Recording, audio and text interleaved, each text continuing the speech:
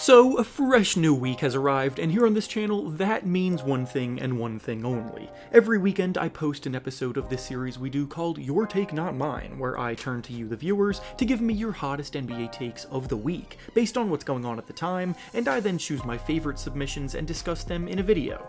This week, we saw some teams go on some unexpected win streaks, a lot of drama unfolded, and there were intriguing matchups to engage us with, so we definitely have plenty to discuss. In order to submit your takes, I make a community post on either the day of or the day before the video, similar to the one that you see on your screen now. So if you want a chance to be featured in a future episode, be sure to stay on the lookout for that.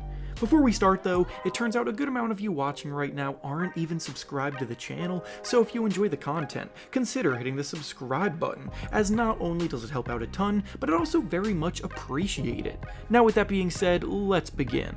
The first take we'll be discussing today comes to us from Samuel, and he says that you shouldn't give up on the Clippers or Warriors as title contenders, despite their pretty disappointing starts to the season. It's no secret that these are two of the most disappointing groups to this point, because they're each led by some top-tier star power and fully intended to make deep runs this season with the groups that they had.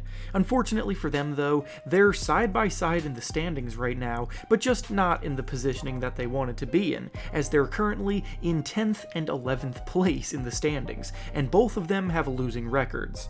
Starting with the Warriors, they still have Steph Curry playing at the top of his game, averaging about 30 points per game, shooting as lights out as ever, making a ridiculous 44% of his threes, and when he's playing like that, they'll always have a chance, so I understand why it's hard to write them off as a contender, but at the same time, we have literally seen the Warriors fall short in spite of some Curry brilliance, so he alone is not enough. Back in 2021, Curry won the scoring title, but the Warriors didn't even make the playoffs after losing the play-in tournament, because the supporting cast around him just was not good enough. This season is looking eerily similar to that, because so far, there just isn't any good reason to trust his supporting cast. Klay Thompson is looking fully over the hill, shooting the ball a career worst from three, and scoring just 15 points per game. The same can be said about Andrew Wiggins, who has also lost his shooting touch and has been more of a negative than a positive.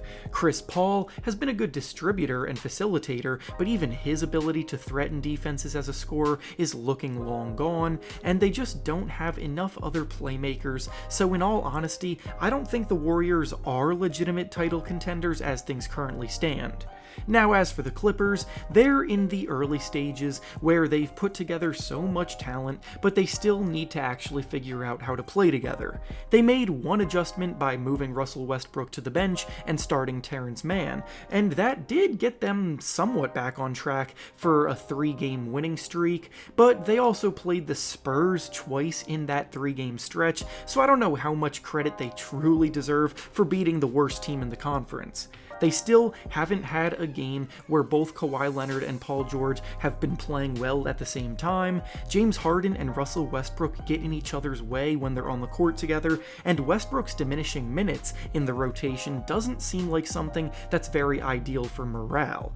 And they gave up a lot of their depth to put this all together. I'm honestly not sure I would put my confidence into either of these teams to make a deep run, especially in a conference with so many other teams with similar talent that are just playing flat out better. The next take we'll be discussing today comes to us from Abdullah, and he says that the Milwaukee Bucks do not work. Now, when the Bucks traded for Damian Lillard this offseason, the expectation was that they would be the group sitting atop the conference in control of the East. A pairing like Damian Lillard and Giannis Antetokounmpo on paper is as good as any duo in the NBA, but in actuality, there have been a lot of flaws getting exposed with their current group, and things haven't been as smooth as initially hoped. For one, the Bucks are currently ranked in the bottom third of the league defensively, coming in ranked 21st overall on that end. This is a group, mind you, that ranked as the 4th best defense just last year.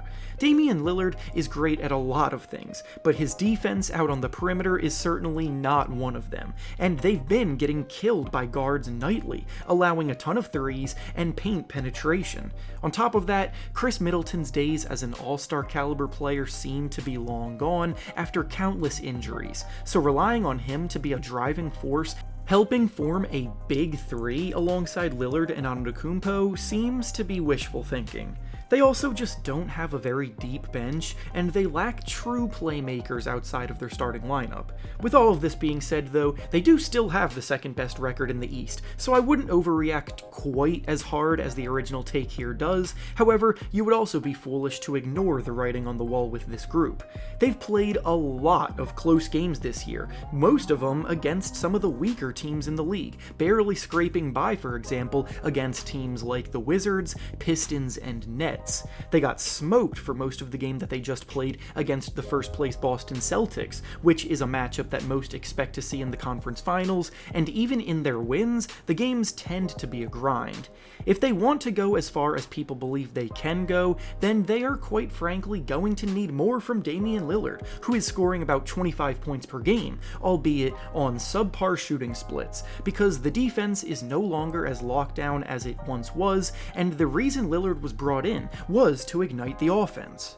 And finally, the last take we'll be discussing today comes to us from Samuel, and he says that the Orlando Magic will be a playoff team. Earlier we spoke about two of the more disappointing teams this season, but on the opposite end of the spectrum we have the Magic, shocking everybody with how well they've been playing.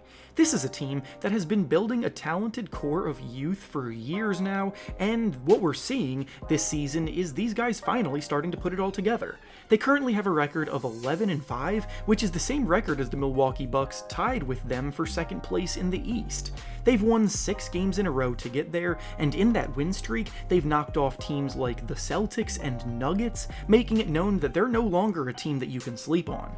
When talking about the Magic, it's easy to credit Paolo Banchero and Franz Wagner, who are leading the way for them scoring the ball, but this is legitimately a team that goes 12 deep in their rotation, with guys contributing throughout their lineup in so many different ways. Jalen Suggs had struggled in his career prior to this, but he's taking a monumental leap forward, playing with more confidence than ever, dominating the defensive side of the ball, attacking the basket more aggressively off the dribble, and even knocking down threes at about a league average rate, which is huge improvement for him. Cole Anthony ignites the offense with the second unit, Gary Harris has been a lights-out shooter, Mo Wagner and Goga Bitadze have been playing good minutes in the absence of Wendell Carter Jr., Jonathan Isaac is back on the court this year holding things together for them defensively, Joe Ingles has been a steady veteran presence helping them along the way. I would not be surprised at all to see this group make the playoffs. However, I do think it's more realistic that they'll end up in the play-in tournament first. At the end of the day, this is still a very young and inexperienced team, and there's a lot of basketball left in the season, so it's too early to crown them yet, but they're absolutely trending in the right direction.